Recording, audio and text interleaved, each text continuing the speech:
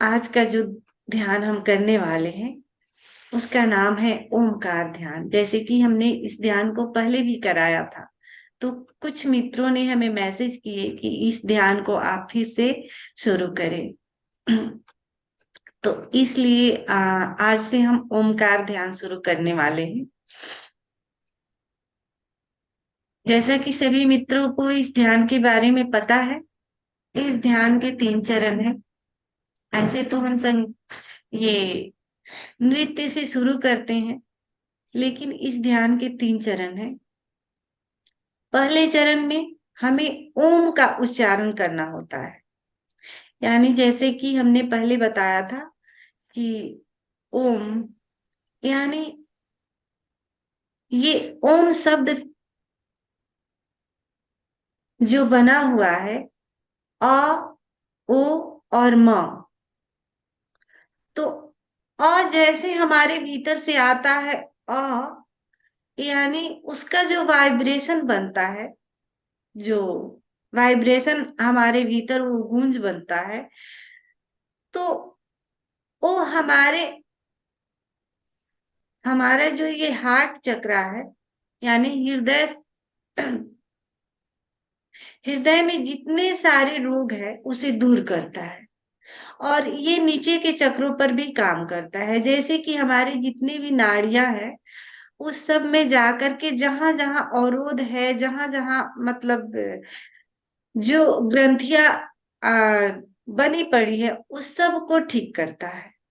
ये अ से जो वाइब्रेशन निकलता है, ओ जैसे ओ आता है, यानी हमारे कंठ पर ये काम करता है।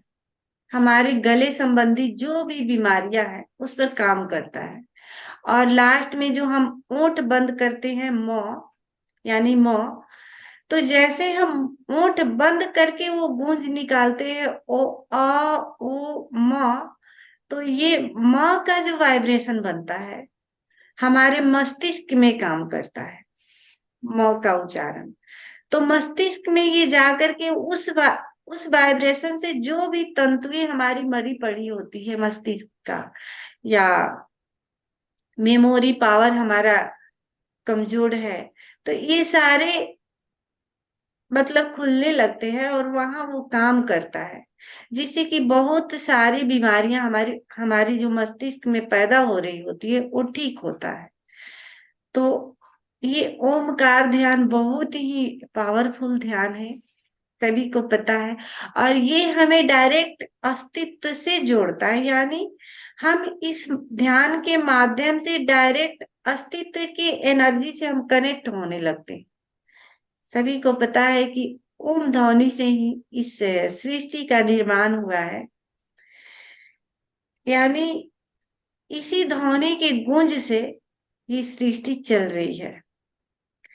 तो ये बहुत ही विराट ओमकार, ये जो ध्वनि है, तो जैसे जैसे हम ओम अगर बोलते हैं तो सभी मित्रों को सबसे पहले अ, ओ और म, लास्ट में इसका ध्यान जरूर रखेंगे ताकि हमारे ये पूरे बॉडी पर इकट्ठा काम कर सके।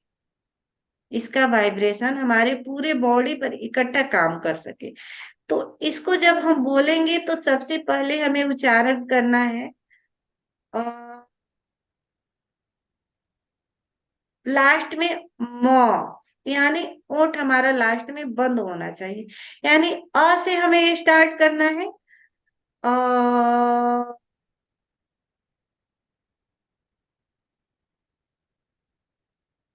ऐसे करना है। यानी हमें अ से स्टार्ट करना है, ओ तक जाना है, फिर लास्ट में मौ। यानी तीनों हमारा एक साथ ये गुंजन हो तो पूरा बॉडी पर काम करेगा। अगर हम सिर्फ ओ ओम करते हैं तो इसमें 2 वर्ड ही आता है, ओ म, यानी हमारे कंठ और मस्तिष्क पर काम करेगा और नीचे के चक्रों पर काम नहीं कर पाएगा। इसलिए कोशिश करेंगे कि हम तीनों शब्द का इस्तेमाल करें इस ओम के माध्यम से। तो तीनों करेंगे तो हमारे पूरे बॉडी पर ये काम करेगा।